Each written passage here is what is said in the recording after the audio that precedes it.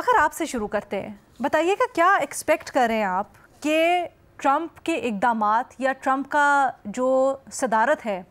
وہ کس طرح سے اثر انداز ہو سکتا ہے مختلف ممالک کے اوپر اور اقوام عالم کے اوپر ان جنرل؟ شکریہ علینا. دیکھیں جو ٹرمپ کی پوری الیکشنز کیمپین ہے اس کے دوران دیکھیں یا ابھی تک جو انہوں نے اقدامات اٹھائے ہیں اس سے یہ تو واضح ہو رہا ہے کہ جو ٹرمپ اگلے 4 سال ہوں گے اس میں پیسو اگریسو جو ان کی ایک ڈپلومیسی کی پالیسی ہوگی وہ اسی کو جاری رکھیں گے. خاص طور کے اوپر اگر اب جو آپ نے 42 ایگزیکٹو آرڈرز کا بھی وہ مینشن کیا ہے جس میں کافی ساری ایسے بھی معاملات ہیں جو کہ ہیومن رائٹس سے ریلیٹڈ ہیں، اس کے ساتھ ساتھ جو فارن ریلیشنز کے حوالے سے ہیں اس کے وہ دیکھا جائے، اور پھر جو ابھی اقدامات کیے گئے ہیں کہ عارضی طور کے اوپر انہوں نے تمام تر جو فارن ایڈز کے حوالے سے وہ اس کے اوپر پابندی لگا دی ہے، ان کو ریویو کیا جائے گا، پھر اس کے بعد وہ کیا جائے گا. تو یہ جو ٹرمپ کی طرف سے اقدامات کیے جا رہے ہیں یہ آج سے نہیں ہے، ان کا جو پہلا دور ہے اس میں بھی انہوں نے اسی طرح کیا تھا. وہ جو ان کا ایک جو جب یہ بائیڈن انتظامیہ تھی، جب یہ الیکشنز کے لیے انہوں نے اناؤنس کیا تھا فروری 2024 میں، بائیڈن انتظامیہ نے جو امریکی سینٹ ہے اس سے کوئی $95 بلین کا ایک فارن ایڈ کا بل منظور کرایا تھا جس میں کوئی $60 بلین یوکرین کی وار کے لیے اس کو اسسٹنس کا تھا. اس میں تقریباً کوئی $16 ارب اسرائیل کی ملٹری اسسٹنس کے لیے تھا، باقی بھی کچھ ممالک کے لیے تھا. تو جب یہ سینٹ سے منظور کرایا گیا تھا تو اس ٹائم جو ٹرمپ ہیں انہوں نے اپنے جو social networking website تھی ٹروتھ اس کے اوپر یہ اناؤنس کیا تھا کہ جو امریکن جو ایڈ ہے یا اسسٹنس ہے اس کو یہ ہم ایک تو یہ ہے کہ اس کو ہم اٹیچ کریں گے کہ نو سٹرنگز اٹیچ نہیں ہوگا، کہ آپ کو خود بھی اس میں ایک تو کنٹریبیوٹ کرنا ہوگا، اور پھر دوسرا جو ٹرمپ کا پوری الیکشن کیمپین تھی وہ امریکہ سینٹرک تھی کہ امریکہ کوئی بھی اب وہ کام نہیں کرے گا دوسرے ممالک کی امداد کے حوالے سے ہو کہ جس میں امریکہ کو فائدہ نہ ہو، اور پھر اس کا جو خاص طور کے اوپر امریکی معیشت کے حوالے سے تھا جس کی بنیاد کے اوپر وہ وڈرال کافی سارے جو انہوں نے اناؤنس کیا تھا، چاہے وہ پیرس معاہدہ ہو یا باقی ہوں، تو ماضی میں بھی انہوں نے وہ کیا. UNHCR سے انہوں نے باقاعدہ طور کے اوپر جب یہ UN میں وڈرا کیا تھا اور یہ کہہ کے وڈرا کیا تھا کہ اس کا UNHCR کا بائسڈ ہے، پروون بائسڈ ہے اسرائیل کی طرف، اسرائیل کے خلاف، تو اس لیے ہم اس سے وڈرا کر رہے ہیں. تو یہ جو ایک ابرپٹ اس کی پالیسی ہوتی ہے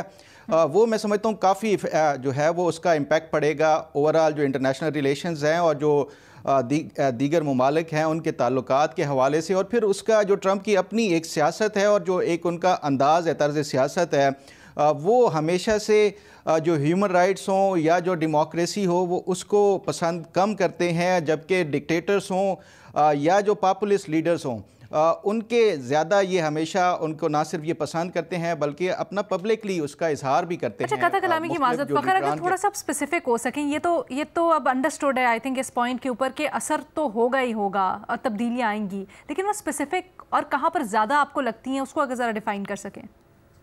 دیکھیں یورپ کے حوالے سے ہے، یورپین جو ہے وہ ٹوٹلی ریلائی کر رہے تھے ہمیشہ سے امریکہ کے اوپر. نیٹو میں بھی زیادہ تر جو کنٹریبیوشن ہوتا تھا وہ امریکہ کی طرف سے ہوتا تھا. ٹرمپ نے یہ اعلان کیا کہ ہم اب یہ جو نیٹو کیونکہ یورپ کی جو پروٹیکشن کے حوالے سے ہے اس پہ اب امریکہ کے اوپر زیادہ ریلائی کرنے کی بجائے اب ان کو بھی کنٹریبیوٹ کرنا ہوگا، ان کو فنڈ کرنا ہوگا. اسی طرح کینیڈا کے حوالے سے ہے، وہ کہتے ہیں $200 ارب ہم ان کی سیکیورٹی کے اوپر وہ کرتے ہیں، اب کینیڈا کو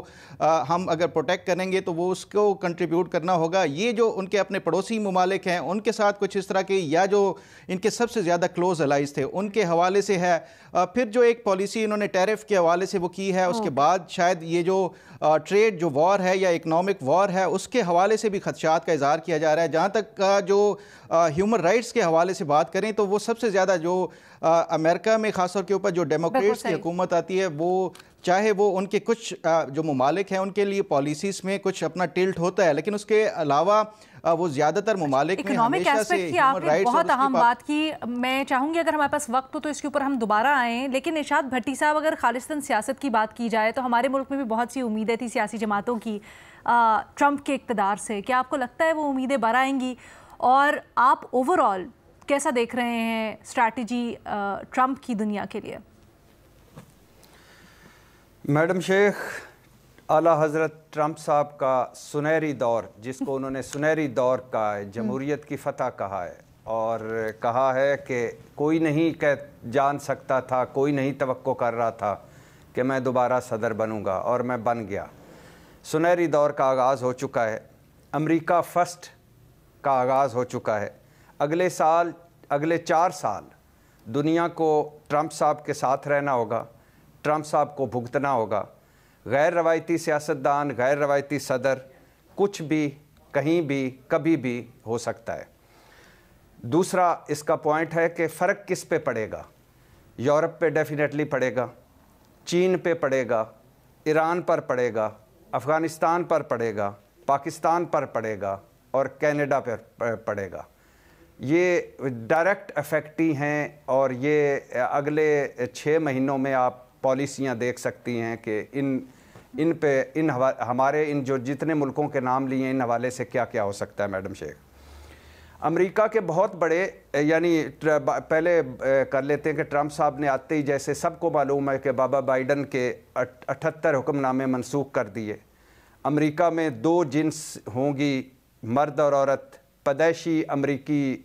حق ختم، سخت امیگریشن قوانین، اپنی پارلیمنٹ پر حملے کے تمام مجرموں کو معافی، WHO سے علیحدگی، عالمی ادارہ سے، یورپ نیٹو کے حوالے سے سخت پالیسی، چین کے حوالے سے سخت اقدامات، پیرس ماحولیاتی معاہدے سے دستبرداری، افغانستان ہمارا چھوڑا ہوا اسلحہ واپس کرے اور ان کی امداد بند کرو، وغیرہ وغیرہ وغیرہ۔ اور اس کے علاوہ جو چیزیں ہیں وہ آپ کو بتاتا ہوں۔ امریکہ کے بہت کوئی 18 کے قریب کاروباری ایسے ہیں حضرات جو ٹرمپ صاحب کے سال امریکہ سے باہر کاروبار کرنے کا سوچ رہے ہیں۔ وہ کہہ رہے ہیں کہ جو ٹرمپ صاحب کے 4 سال ہے، اس میں اب یہاں کاروبار کیا کرنا، باہر کہیں کاروبار کرتے ہیں۔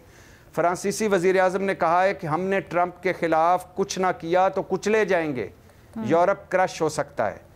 یورپی مصنوعات پر زیادہ محصولات لگنے جا رہے ہیں۔ سعودی ولی عہد محمد بن سلمان اور ٹرمپ صاحب کی گفتگو ہوئی ہے، مبارکباد دی سعودی کراؤن پرنس نے، اور ساتھ ہی سلامی دی 600 ارب ڈالر سرمایہ کاری کی۔ خلیج میکسیکو کا نام خلیج امریکہ ہوگا،